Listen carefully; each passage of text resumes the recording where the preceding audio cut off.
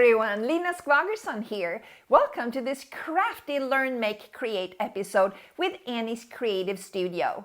In today's tutorial, I will show you all you need to know to be able to crochet the amazing Hills of Ireland throw designed by Bonnie Barker. We will take a close look at how to make ribbing, and I will show you in close-up detail how to work the cables in the cable sections. The different cable patterns give cozy texture to this gorgeous Celtic-inspired throw.